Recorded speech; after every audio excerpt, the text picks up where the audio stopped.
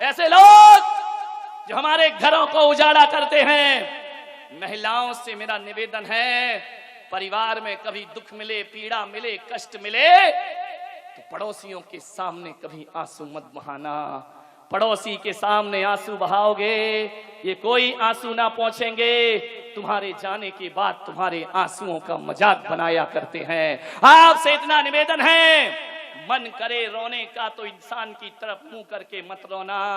मंदिर जाना और भगवान के सामने अकेले में 2 आंसू ढुलका लेना। अरे दीवार की तरफ मुंह करके आंसू बहा लेना, मन हल्का हो जाएगा। रो जरूर, क्योंकि महिलाएं बिना रोए रह नहीं सकती हैं। ध्यान रखो, 2-4 तो टपक ही आते हैं, 1-2 बार खूब रो, दीवार की तरफ मुंह करके रोना। आप कहेंगे महाराज दीवार की तरफ मुंह करके रोएंगे तो कौन से दुख मिट जाएंगे?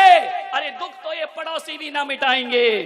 एक बात याद रखना, दीवार की तरफ आंसू बहाओगे ना तो दीवार भले तुम्हारी सहायता ना करे, लेकिन एक विश्वास दिलाता हूं, दीवार तुम्हारी मजाक भी नहीं बनाएगी, तुम्हारे आंसुओं की हंसी भी नहीं बनाएगी। ध्यान में, अकेले में रो लीजिए, बहा लो आंसू, कुछ नहीं होता है। मान घरों को मत उजाड़िए। क्या हो जाता है तुम्हें? शादी होती है, भाई भाई के व्यवहार में फर्क पड़ जाता है, लेकिन कुछ आदर्श परिवार आज भी हैं इस दुनिया में जिन्हें हम अपना उदाहरण बना करके प्रस्तुत कर सकते हैं। विचार करिए, आप सोचिए, ऐसे आदर्श परिवार भी दुनिया में होते हैं जो भाई के लिए दूसरा भाई जान देने को तैयार हो जाए। मैं एक शहर में गया और जैसे ही मैं गया उसके घर में गया, उसने पूरे घर में चरण पड़वाए। मैंने कहा तू मुझे मकान दिखा रहा है? बोले महाराज मकान नहीं दिखा रहा हूं, आपके चरण हर कमरे में पड़ना चाहिए। मैंने जब उसका मकान देखा, बड़ा आलीशान मकान, मैंने कहा इतना आलीशान मकान, इतना सुंदर मकान तुम्हारा? मालूम है उस भाई के आंखों में आंसू आ गए।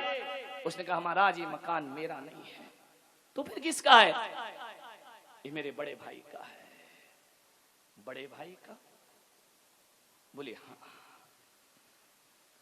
जब मेरे बड़े भाई ने मकान बनाया और मुझे बुलाया कि भाई आओ, पहला निमंत्रण मैं तुम्हें देता हूं, उसके बाद मैं समाज को दूंगा। और जैसे ही मैं आया और मेरे मुंह से इतना निकल गया कि भैया ये मकान बनाया है या स्वर्ग बनाया है, इतनी खूबसूरत कोठी तुम्हारी। मेरे भाई ने मेरी तरफ देखा और कहा कि तुझे इतना पसंद आ रहा है? बोले हाँ। उसी समय मेरे भाई ने चाबी मेरे हाथ में रख दी, आज से मकान में तेरे नाम करता हूं। ध्यान रखिए मान्यवर, इतनी बड़ी दौलत है किसी के पास, इतना बड़ा दिल, 1-1 इंच जमीन के लिए अदालत में खड़े हो जाते हो, ये कैसी मानवीयता है तुम्हारी? विचार, मकान दे दिया उसने। विचार करिए आप, एक शब्द निकला कि मकान सुंदर है, भाई ने कहा आज से इस पर तेरा अधिकार। मुझे एक घटना याद आती है, मैं बचपन में था, मेरा एक अमीर दोस्त था, उसका जन्मदिन आया, उसके भाई ने उसे एक चमचमाती कार इनाम में दी। उसने मुझे बुलाया कि बोले यार मेरे भाई ने मुझे कार दी है, चलो आज अपन घूम के आते हैं। उस दिन बड़ी खुशी हुई। मैं कोई बहुत बड़े शहर का रहने वाला तो था नहीं, पहली बार पूरे गांव में कार आई थी। उसने बिठा करके मुझे घुमाया, ऐसा लगा कि अपन ही नरेंद्र मोदी हैं, बाकी तो सब कीड़े मकोड़े हैं। ध्यान रखिए, बैठ करके कार में जब उसने मुझे चक्कर लगाए, एक गांव से चल करके वह शहर आया। मेरे गांव के पास जबलपुर एक शहर है, एक रेस्टोरेंट में उसने कहा कि चलो कुछ खाते हैं। घबराना मत, मैं उस समय महाराज नहीं था, उस समय तो सब खाता पीता था। ध्यान रखिए, एक रेस्टोरेंट के सामने उसने गाड़ी खड़ी की। एक बच्चा गरीब, मैं देख रहा हूं कि वह आता है, जैसे बच्चों की आदत होती है, कार में धूल जम जाती है ना, तो उस पे अपना नाम लिख देते हैं उंगली से।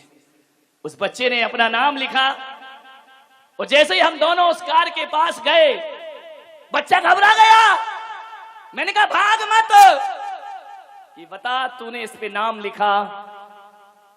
बड़ी हसरत से देखा उसने उस कार को।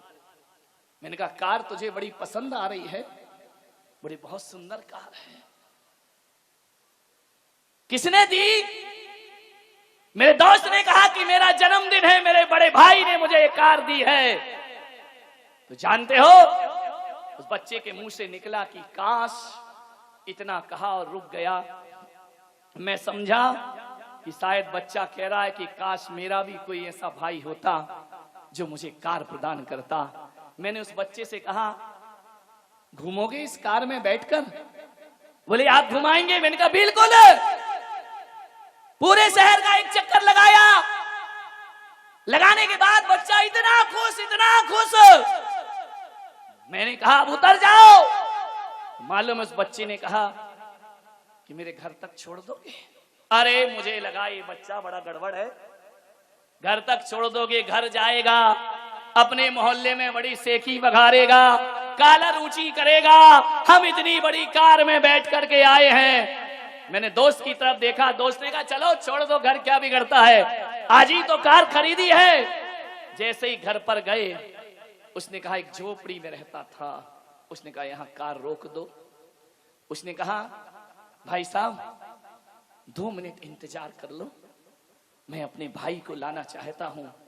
मैंने कहा हाँ बेटा, जा भाई को शान दिखा दे कि मेरी बड़े बड़े लोगों से दोस्ती हो गई है। बोले 2 मिनट रुकिए प्लीज। 2 मिनट रुके।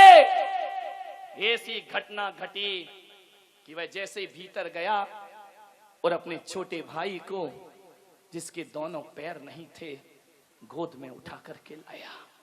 और गोद में उठाकर जैसे ही लाया, छोटे भाई ने देखा कि भैया तुम इस कार में बैठकर आए हो, ये किसकी कार है? बोले देख वो जो सामने 2 खड़े हुए हैं, एक के भाई ने ये कार दी है। मैं सुन रहा था कि ये क्या कह रहा है। मालूम है उस भाई ने अपने अपाहिज भाई से क्या कहा कि भैया देख, एक दिन मैं भी पैसा कमाऊंगा और तेरे लिए ऐसी कार ला करके तुझे प्रदान करूंगा, फिर अपन दोनों बड़े मजे से एक खूबसूरत दुनिया देखेंगे, अपन दोनों घूमेंगे इस शहर में, तू चिंता मत कर भाई, मैं कमाई करूंगा, जैसे भी होगा। हे भगवान, इतना सामर्थ्य प्रदान कर कि इसके भाई की तरह मैं भी अपने छोटे भाई को एक कार प्रदान कर। विचार करिए आप।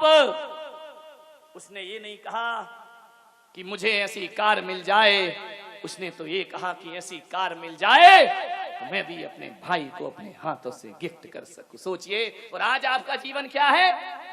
आपके पास स्कूटर है, यदि बड़ा भाई कार ले आता है तो इंजन उतना नहीं जलता जितनी तुम्हारी छाती जला करती है। ले आया कार, बेईमानी की कमाई है, नंबर 2 की कमाई है। ये सारी गालियां तब निकलती हैं जब आदमी अपने आप से और किस्मत से हारा हुआ होता है। ध्यान रखिए, आपके पास यदि सामर्थ्य ना हो तो गाली निकलेंगी।